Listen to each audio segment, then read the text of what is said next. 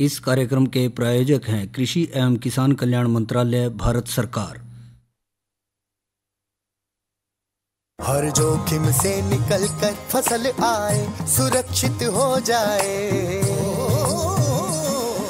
फसल बीमा से हर किसान अब आत्मनिर्भर हो जाए। संकट के समय प्रधानमंत्री फसल बीमा योजना किसानों के लिए वरदान है। अब सूखा पड़े या बाढ़ आ जाए कोई डर नहीं, अब ओले पड़े या कीट पतंगे फसल खा जाए कोई फिक्र नहीं, क्योंकि हमने लिया है प्रधानमंत्री फसल बीमा। बुआई से फसल कटाई तक हर जोखिम का दावा, न्यूनतम प्रीमियम पर अधिकतम भुगतान का वादा। योजना से हर साल जुड़ रहे हैं 5 करोड़ से ज्यादा किसान। अब आपकी है बारी। नजदीकी कृषि कार्यालय, सहकारी समिति, बैंक शाखा, अधिकृत बीमा कंपनी या जन सेवा केंद्र में स्वेच्छा से करा सकते हैं पंजीकरण। फसल बीमा पोर्टल या फसल बीमा ऐप द्वारा भी कराया जा सकता है पंजीकरण। प्रधानमंत्री फसल बीमा योजना, आपकी फसलों का संपूर्ण सुरक्षा कवच। कृषि एवं किसान कल्याण मंत्रालय, भारत सरकार।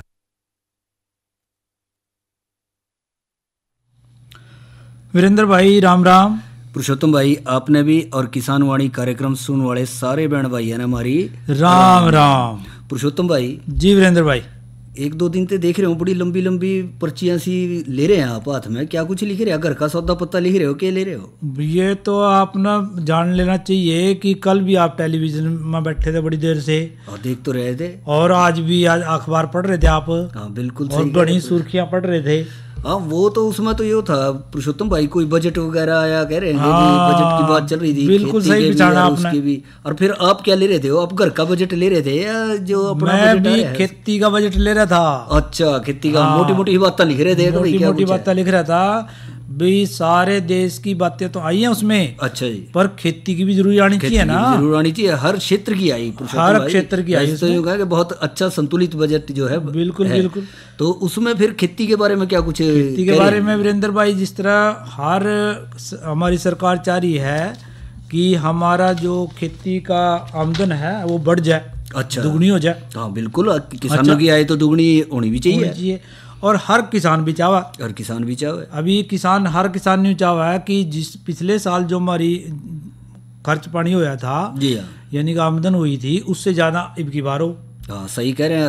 हर आदमी चाहे है, चाहे वो उद्योगों में लगा ले, चाहे व्यवसाय में लगा ले। और फिर कृषि भी एक तरह से व्यवसाय के रूप में ही अपनाया जा रहा है। बिल्कुल। और कृषि तो हमारे देश की बुनियाद है। बिल्कुल सही प्रधान देश है। जी हाँ, बिल्कुल सही कह रहे हैं। तो कृषि बढ़िया होगी तो देश खुशहाल रहेगा, क्योंकि अर्थव्यवस्था इसके ऊपर भी काफी निर्भर करे है। और जो अपने कृषि वैज्ञानिक हैं वो भी पूरा जोर ला रहे, वो भी पूरा जोर लगा। और मैं और आप जो चर्चा कर रहे हैं वो भी खेती करो। खेती की। और इसमें तो कृषि में फिर पुरुषोत्तम भाई मेरे ख्याल में सारी चीजें आ गई, दलहन, तिलहन, बागवानी, बिल्कुल, पशुधन, डेयरी, हाँ, यहाँ तक के मत्स्य क्षेत्र वगैरह आ गया, यानी मछली पालन वगैरह जो कर रहे हैं, ये सारे खेती से ही जुड़े हुए काम हैं मेरे ख्याल में। और सरकार विचार है कि प्राकृतिक खेती है उसको प्रोत्साहन मिलना चाहिए। यह भी जोड़ दिया साथ, बहुत बढ़िया। प्राकृतिक खेती मतलब वो कहते हैं जैविक खेती वगैरह करें भाई, हाँ, उसका बढ़ावा दें। बिल्कुल सही कह रहे हैं, जिससे कि मिट्टी की उर्वरक शक्ति भी बनी रहे। इसके ऊपर भी जोर दे रहे हैं। और क्या कुछ?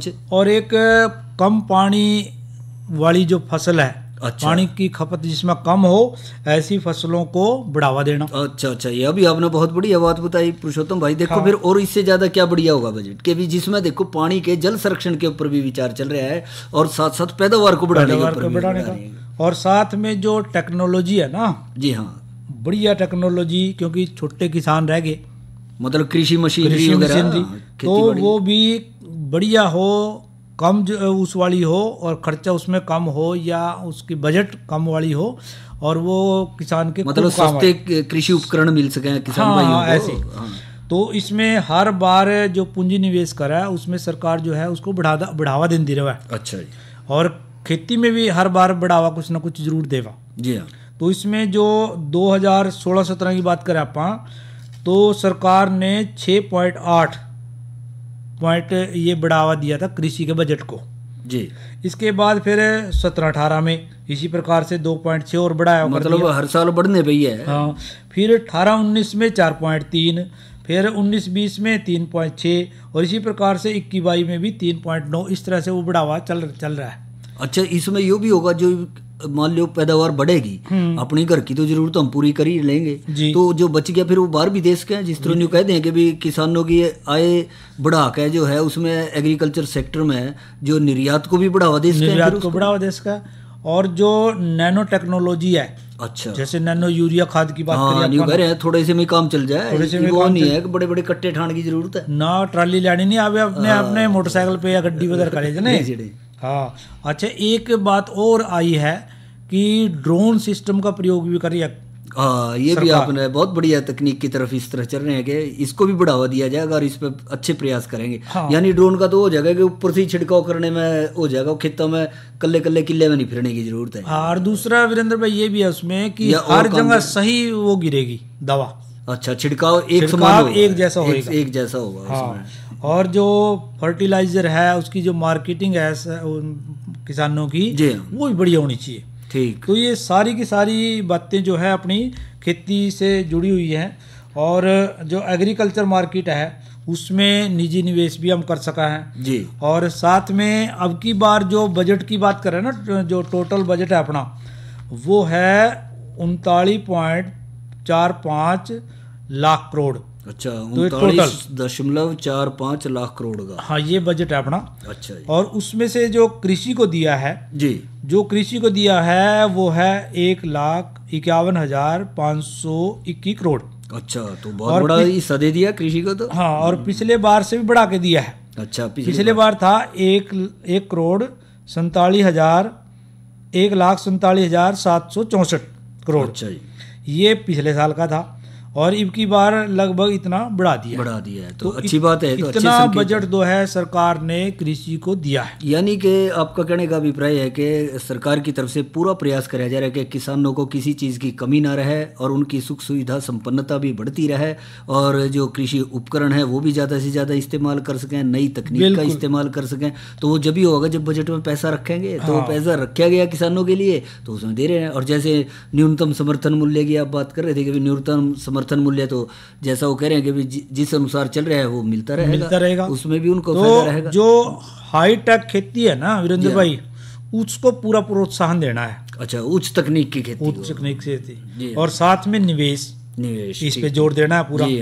और एक और बात बजट में रखी है कि जो गंगा का किनारा है ना अपना, जी हाँ, बहुत बड़ी बात है यार। गंगा के किनारे जो प्राकृतिक खेती है उसको भी हमारी सरकार जो है बढ़ावा देगी। अच्छा, प्राकृतिक खेती को मतलब गंगा के किनारे के दोनों तरफ 5-5 किलोमीटर तक आगे प्राकृतिक कृषि को बढ़ावा दे। देखो कितना फायदा सोचा कि उससे देखो जो फल सब्जी वगैरह मिलेंगे वो प्राकृतिक रूप में मिलेंगे, कोई किसी तरह के रसायन वगैरह नहीं होने का, स्वास्थ्य ठीक रहेगा। और दूसरी बात एक और पुरुषोत्तम भाई कि उससे जो है जो हमारी गंगा नदी है, पवित्र गंगा नदी जो है, उसका जल भी प्रदूषित नहीं होने का, क्योंकि उर्वरक वगैरह रासायनिक जो अवयव हैं वो उसमें नहीं शामिल होने के उसके जल। हाँ। तो यह भी एक बहुत अच्छा सराहनीय प्रयास है। और एक सरकार ने बिल्कुल साफ शब्दों में कहा, या यूं कह सको कि सरकार की 2 टूक है बात। अच्छा, कि जो MSP है ना, जिसकी आप बार बार करो, वो जारी रहेगी। अच्छा, वो उसमें कोई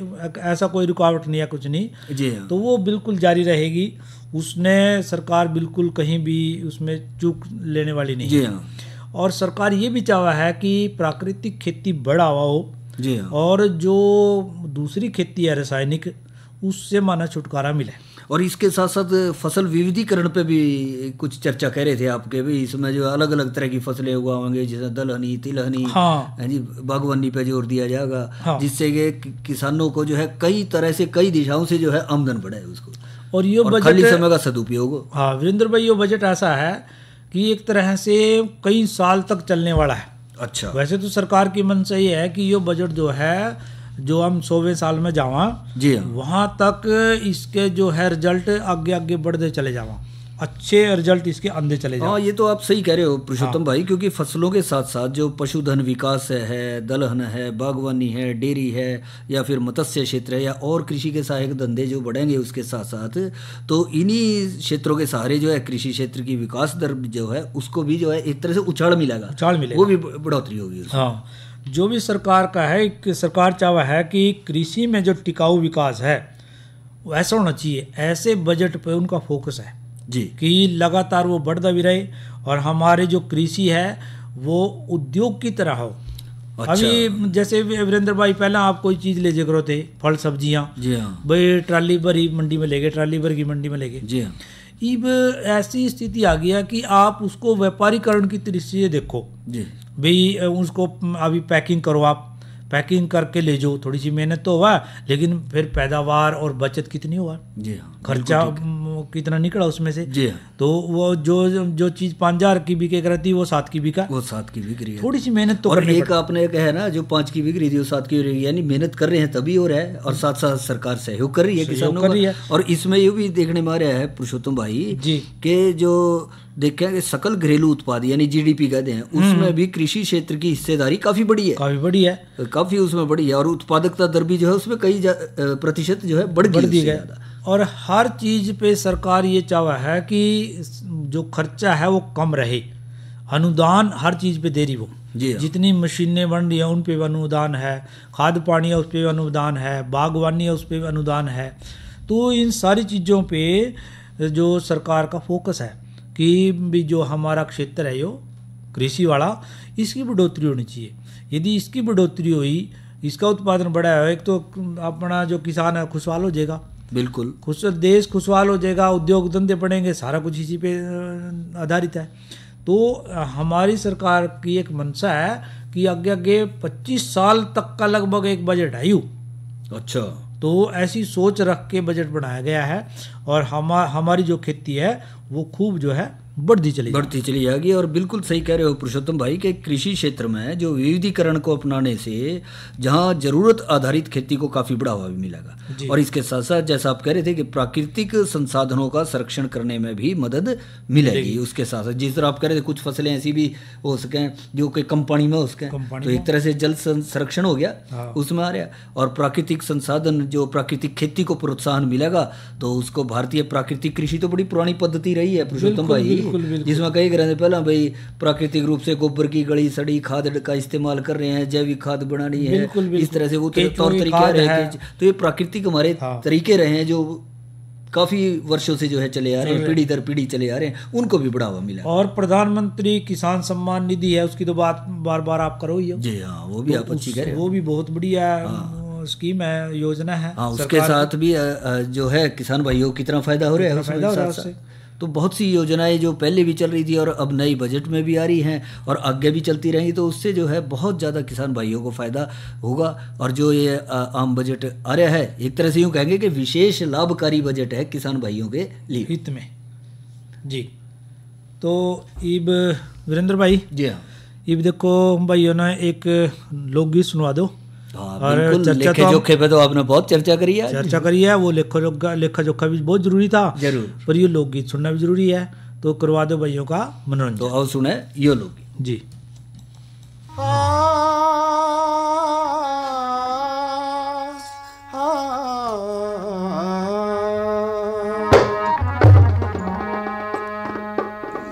ओ कृष्ण जैसी यारी को ना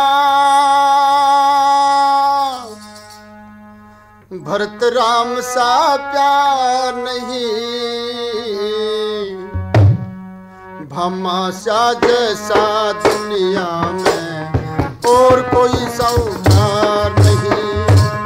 कृष्ण जैसी यारी को ना भरत राम सा प्यार नहीं, भमा सा जैसा दुनिया में और कोई सौदार नहीं।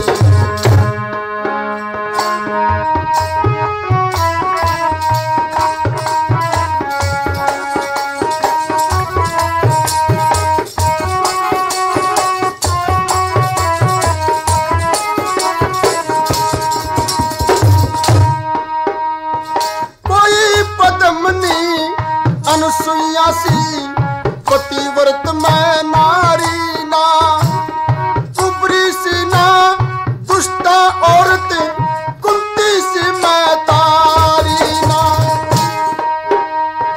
धर्मराज सा सच्चा को ना, अर्जुन सा धनुधारी ना, लक्ष्मण जैसा भाई को ना, राम सा आज्ञाकारी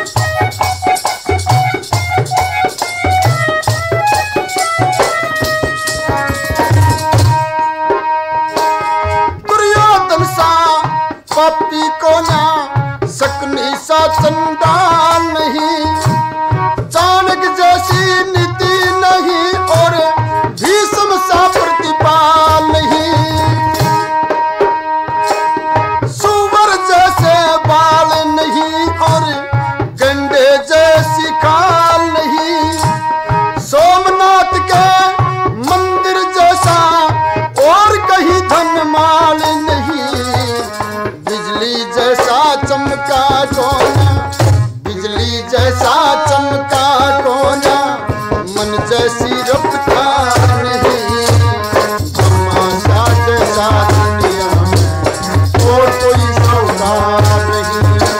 कृष्ण जैसी यारी होना का क्या है, तमाशा जैसा दुनिया में और कोई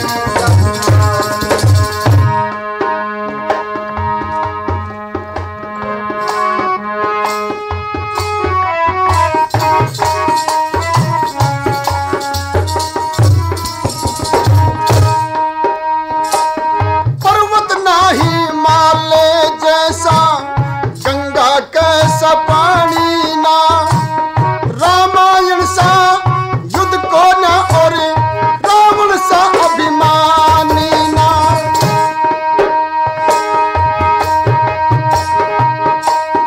दानी जग में बहुत हुए पर कर्ण सरीखा दानी ना, सच्चाई सा तप को ना और कुसग बरोबर हानि ना। पृथ्वीराज सा वीर बहादुर, पृथ्वीराज सा वीर बहादुर, जयचंद सा गद्दार नहीं, तमाशा जैसा दुनिया में और कोई सौगार नहीं। कृष्ण जैसी यारी को ना हरदान सा प्यार नहीं, तमाशा जैसा दुनिया में और कोई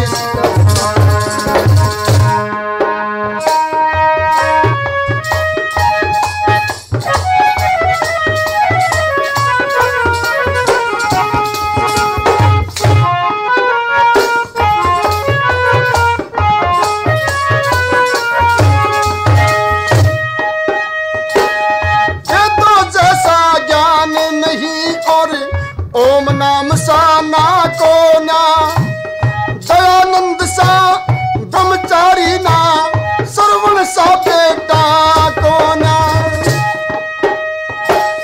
पीपल जैसा पेड़ नहीं और बड़ दरखत सी छा को ना, गुजरानी सा गांव नहीं और हरियाणा सी गा को ना। नहीं समाज आर्यों जैसा, नहीं समाज आर्यों जैसा, राम रक्षा प्रचार नहीं, तमाशा जैसा दुनिया में और कोई सौगार नहीं। कृष्ण जैसी यारी को ना भरतराम सा प्यार नहीं, तमाशा जैसा दुनिया में और कोई सौगार नहीं। और पुरुषोत्तम भाई जी, वीरेंद्र भाई, कृष्ण जैसी यारी को ना जी, बहुत अच्छा लोकगीत सुनवाया आपने, और राम रेख आर्य और साथियों की आवाज में जी। और अब करेंगे चर्चा कल आज के मौसम की जानकारी। तो मौसम की तो वीरेंद्र भाई जरूर दो, क्योंकि मौसम तो उल्ट पुल्ट हो रहा है। हाँ, आप देख ही रहे हैं, काफी परिवर्तन आ रहा है। बिल्कुल। तो उसी परिवर्तन के अंतर्गत देखा जा रहा है कि जो अधिकतम तापमान आज का रहा 15.4 डिग्री सेल्सियस, न्यूनतम 10.9 डिग्री सेल्सियस। हवा में जो नमी आर्द्रता की मात्रा 100% रही है, क्योंकि बूंदाबांदी चलती रही है जी। और हवा की औसत गति 17 किलोमीटर प्रति घंटे की रफ्तार से हवाएं भी चली, और जो सूरज के दर्शन हुए, थोड़ा सा धूप निकली हुआ तो बहुत ही कम, 1 घंटा 6 मिनट से निकली। और इसके साथ साथ बारिश जो है 13.5 मिलीमीटर रही, यानी कि बरसात भी खूब हुई। और जहाँ तक हाँ कल की बात है, और कल का भी जहाँ तक है पुरुषोत्तम भाई सही जिक्र करे आपने, तो कल भी जो है हल्की से दरमियानी बारिश होने की संभावना है। और कल भी बरसात करवाओगे? कल भी रहेगी हल्की से दरमियानी, और ये न्यूनतम तापमान में गिरावट आने का भी अनुमान है जी।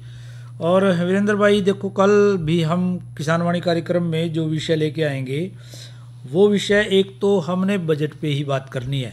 अच्छा, क्योंकि बजट की जो और खेती की जो बातें जुड़ी हुई हैं, और वो सब तक पहुंच जानी चाहिए।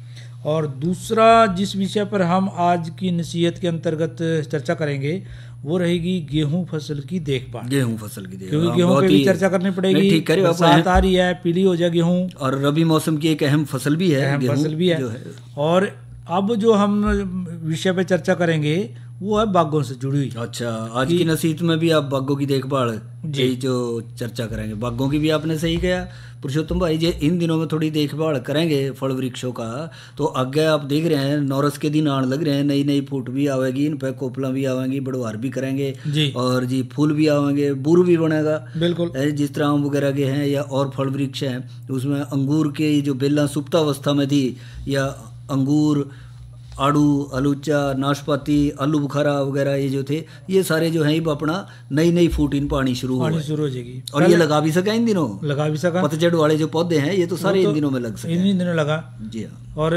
इनमें एक तो कटाई छटाई की बात आवे वीरेंद्र भाई, बिल्कुल सही कह रहे हो। इनके पौधे जो सिकुड़ रहे हो, सूख रहे हो या ज़्यादा बढ़वार हो रही हो, उसकी कटाई छटाई कर दें ताकि नई बढ़वार आ जाए और नए जो है पौधे उनमें फुटाव आ जाए। और एक इसमें खाद पानी की बात, सिंचाई की बात जरूर आवा। हाँ, ये आपने बिल्कुल सही बात कही पुरुषोत्तम भाई, क्योंकि जो खाद पानी की बात करें तो ये सारे पोषक तत्व हैं जी, जो कि खाद से ही मिलेंगे और पानी के जरिए मिलेंगे, पानी के जरिए मिलेंगे। तो इसमें जो देखा जाए अमूमन के 16 पोषक तत्वों की जरूरत पड़े है पौधों को सुचारू रूप से अपना जीवन चक्र चलाने के लिए। और जब इनमें पोषक तत्व खूब होंगे ना वीरेंद्र भाई, हाँ, तभी हम बढ़िया फल, मिठास वाले मीठे फलों की उम्मीद कर सका। हाँ, और ये मीठे फल जब ही होंगे जब इनमें 16 पोषक तत्व हैं, जिस तरह कार्बन है, हाइड्रोजन है, ऑक्सीजन है, नाइट्रोजन है, फास्फोरस, पोटाश, जिंक, गंधक, लोहा, कैल्शियम, मैग्नीशियम, बोरोन, तांबा, मैग्नीज, मोलिब्डेनम, क्लोरीन वगैरह जो है सारे शामिल हो जाए, 16 तत्व मिल गए यदि मीठा होगा।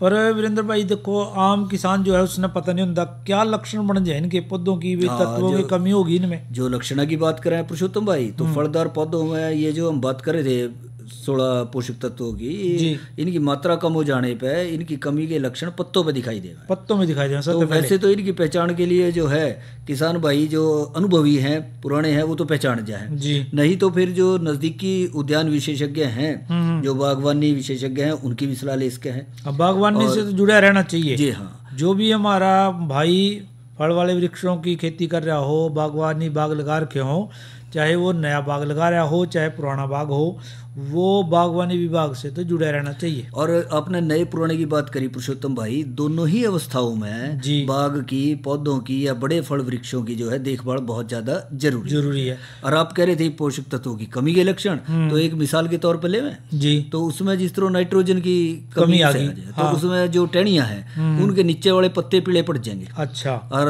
वही लक्षण जो है पहले पुराने पत्तों पे दिखाई देंगे जी, वो उसकी पहचान। फिर इसी तरह फास्फोरस की कमी की बात करें तो उसके पत्तों का रंग जो है जामुनी सा हो जाएगा या कांसे जैसा हो जाएगा जी।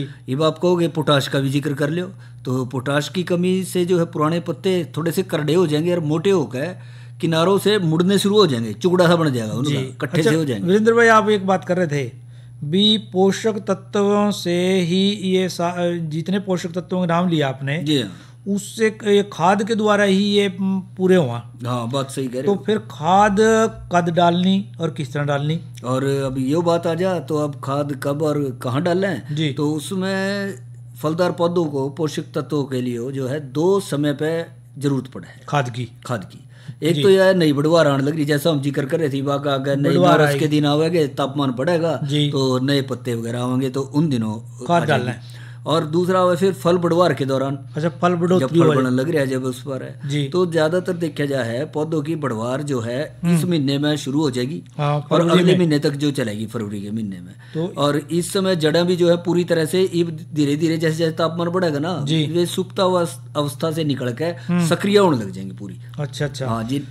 और फिर एक इसमें एक बात, जैसे जो दूसरी फसलें हैं उसमें तो आप जिस तरह मर्जी खाद डाल दो, पर जो फलदार पौधे हैं ना वहाँ पर खाद किस तरह डालना है? हाँ, जो खाद की बात आप कर रहे हो किस तरह डालना है, ये आपने पता है, जिस तरह पहले तो गोबर की गली सड़ी खाद भी डाल देख रहे थे जी, ये थोड़ा थोड़ा रासायनिक खाद भी मिला ले हैं जी, तो वो जो आ जाए फलदार पौधे जो है कई साल तक एक स्थान पे लगाए, न्यू तो है नहीं भाई इस बार इस खेत में, अगले साल अगले खेत में। और वो वही बाग लगा रखे वीरेंद्र भाई, वर्गाकार या आयताकार, कोई 2 मीटर पे 5 मीटर पे, इस तरह जैसी जिस पौधे की गुंजाइश है उसी अनुसार उसको फासला देकर लगा रखा है, या जो बागवानी विशेषज्ञों ने बता रखा है जी। तो इसमें खाद डालने का जो तरीका जो आ जाए है वो दूसरी फसलों से थोड़ा सा अटका हो जाए जी। और खाद का पूरा फायदा भी जब भी मिलेगा जब उस पौधे की जो सक्रिय जड़ों तक ही उसको सीमित रखा जाए, जहाँ तक जड़ उसकी पहुँच रही है जी। ज़्यादातर फलों में जड़ें जो हैं पौधों के फैलाव तक सीमित रहे, यानी उसके जहाँ तक उसका फैलाव छतरी बनी रही है उसकी। अच्छा। इसलिए वो ज़्यादातर पौधों में खाद का इस्तेमाल तने से लगभग 60 सेंटीमीटर दूर पौधे के फैलाव तक जो है करते हैं, यानी कि जहाँ तक उसका थोड़ा है ना, थोड़ा है उसके थोड़े तक तो उसमें डाल दें, ताकि जो वहाँ पर उसकी जड़ें हैं जड़ों नहीं पोषक तत्व लेने। कई न्यू कर लें टोकरा भरे यार भाई खाद का, चाहे गोबर की खाद है या फिर मूंजड़े भरे तने का मिला के घेर दिए जड़ में। नहीं, जड़ें तो उसकी उस तने से हटके दूर है थोड़ी सी, क्योंकि वे तो हटके हैं, वहां से जुड़ी हुई तो तने से है, इसमें कोई संदेह नहीं है। और वीरेंद्र भाई पहले यदि उसने जहाँ तना है उसने बिल्कुल थोड़ी गुडाई कर दें, कबाड़ा निकाल दें, फिर खाद डाल दें, फिर उसमें खाद डाल दें और थोड़ा सा फिर सिंचाई हल्की सिंचाई तो जरूरी है, क्योंकि पानी के जरिए ही तो वो घुलेंगी मिट्टी में जाएंगे और पौधा जो है उनको वहां से वो खींचेगा और अपने में शामिल करेगा, लेगा, तभी उससे फल अच्छे बनेंगे। और फिर पौधे को फिर खाद भी हमने डालनी, और एक और है खाद भी डालनी है जी। तो पौधे को खाद भी बड़े छोटे यानी न्यू लगा लिया उसकी आयु के अनुसार, उम्र के हिसाब से डालनी है भाई। ये तो ये भी जो छोटा पौधा होगा थोड़ी खाद डालनी, बड़ा होगा तो ज़्यादा डालनी। तो ये तो सारी जानकारी है हमारे बागवानी भाई रखा है, फिर भी बागवानी विभाग के विशेषज्ञों से हमने जानकारी समय समय पे लेते रहे और जो काट छाट है सीधे पौधे चलें, सिंचाई समय पे जरूरत हो उसके अनुसार करें और इस तरह से बागवान जो है अच्छे चलेंगे। तो वीरेंद्र भाई अब देखो कार्यक्रम का समय यहीं समाप्त हुआ है, भाइयों से लेवा इजाजत। अच्छा भाइयों, राम राम। क्या कर रहा है? इधर इधर इधर हम बोल रहे हैं तेरे बीजू का उतला बोल रहा है? पक्षियों से तो हम खेत को बचा लेते हैं, पर इन घातक रसायनों से कैसे बचाएं? मतलब? देख बेटा, तू जो ये अंधाधुंध रसायन मिलाता है ना, मिट्टी की सेहत बिगड़ने लगी है और जब माटी ही कमजोर पड़ जाएगी तो उपज कैसे सेहतमंद होगी? अरे पहले ऐसा नहीं था, पूछना अपने बड़े बुजुर्गों से, कैसे फसल लहलहाती थी, शुद्धता झलकती थी। हाँ, माटी भी तंदुरुस्त और लोग भी। अब पहली वाली बात कहाँ? पर अब तो सब यही डाले हैं। सब नहीं, आज भी लाखों जागरूक किसान परंपरागत विधि से फसल उगा रहे हैं, खर्चा कम और उपज की कीमत भी बेहतर पा रहे हैं। सच है? रे बेटे, एक्सपीरियंस से बता रहे हैं, धूप में बाल सफेद नहीं किए हैं।